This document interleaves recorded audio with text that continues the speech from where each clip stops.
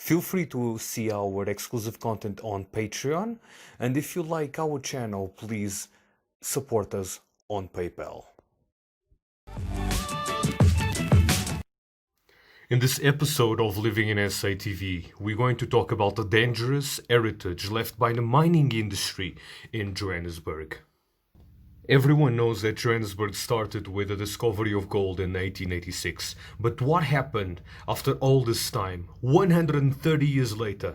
What is the real legacy of the mining industry in Johannesburg? And what is really doing to you and your health? This is quite a complex subject, and I will try to do my best to explain it to you in this video.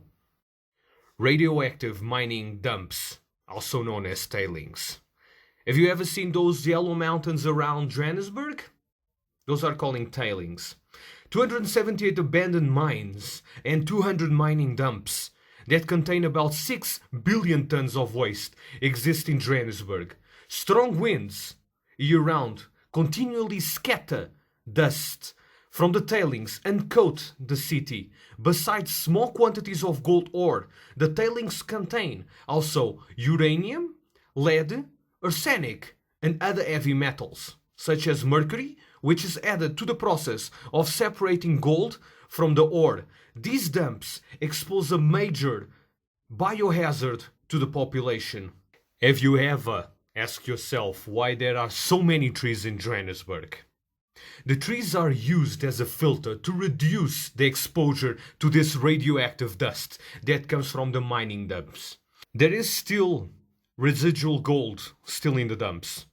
Basically, because the original extraction process wasn't as effective as it is today, companies are remining these dumps and making millions of dollars on the gold that is left. A very interesting fact about the business of the remining of the dumps is that was actually started by a Portuguese from Madeira called Joe Berardo back in 1978. Joe saw the opportunity and became the owner of some of the biggest reserves of surface gold residue in Johannesburg.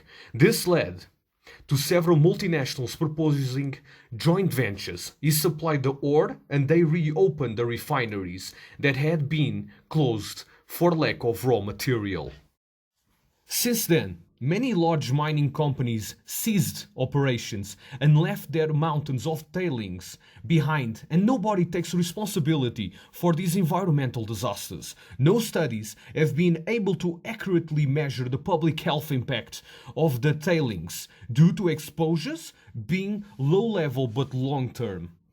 Intense exposure to high levels of uranium will damage the kidneys, brain, liver, heart, and endocrine system.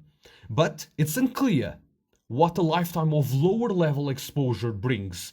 If you have symptoms of coughing, vomiting, migraines, probably is not only pollen or the seasonal flu.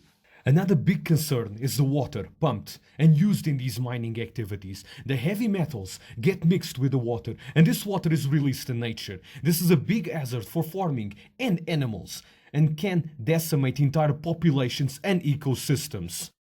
The illicit gold mining industry. Johannesburg estimated 140 kilometers of labyrinth of underground mining tunnels. Sometimes miners say they can go down a shaft in the far west of the city and emerge on the other edge of the city 1 week later. In some mines around Johannesburg, informal miners have been rumored to spend as long as 6 months underground, sustained by makeshift underground villages where basic food, airtime, alcohol, and even sex are sold at dramatically inflated prices. The Zama-Zamas are actually the name given to these groups of illegal miners. Zama-Zama in Zulu, it means take a chance or try your luck. In South Africa, they are rumored to be more than 30,000 of them. And most of them are actually concentrated here in Johannesburg. 75% are said to be undocumented migrants, primarily from Lesotho, Mozambique and Zimbabwe.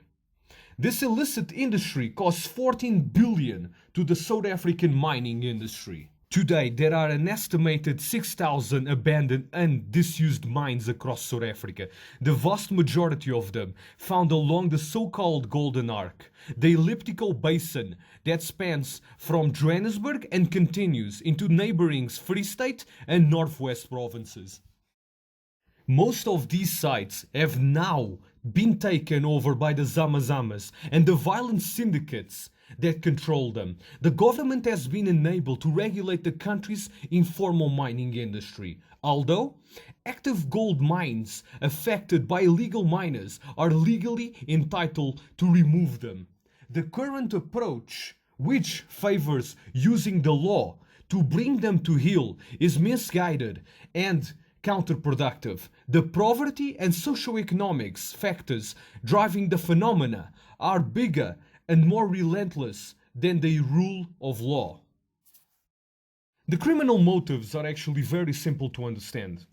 Desperation of the illegal miners are vastly different from the motives of those higher up in the syndicate ladder. The lucrative nature of the trade created by the hell of extortion, murder, forced migration, money laundering, corruption, racketeering, drugs, and prostitution. Like I mentioned previously, under Johannesburg exists around 140 kilometers of underground tunnels. Experts have sounded the alarm that illegal miners are blasting to within meters of highly flammable gas and fuel lines under Johannesburg. Reports that the iconic F&B Stadium and other landmarks are at risk. So, how much gold is actually still in these mining dumps? Not much.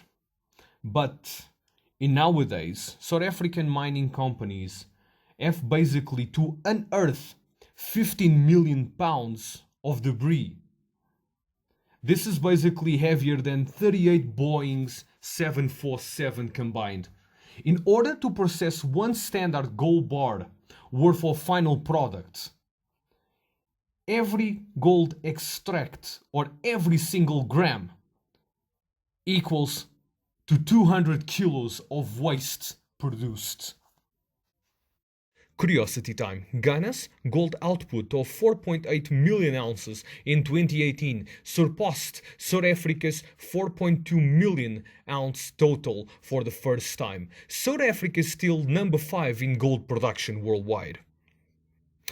South Africa is still the world's largest producer of chrome, manganese, platinum, vanadium, and vermiculite. The major business in Johannesburg nowadays is not gold anymore, but financial services and the gateway to the rest of Africa. Okay guys, so this is the end of the video. Thank you very much for watching again. I did this subject which is basically a little bit different than usual, but I hope you guys enjoyed and be aware, be informed, and I hope to see you guys in the next Living in SA TV video.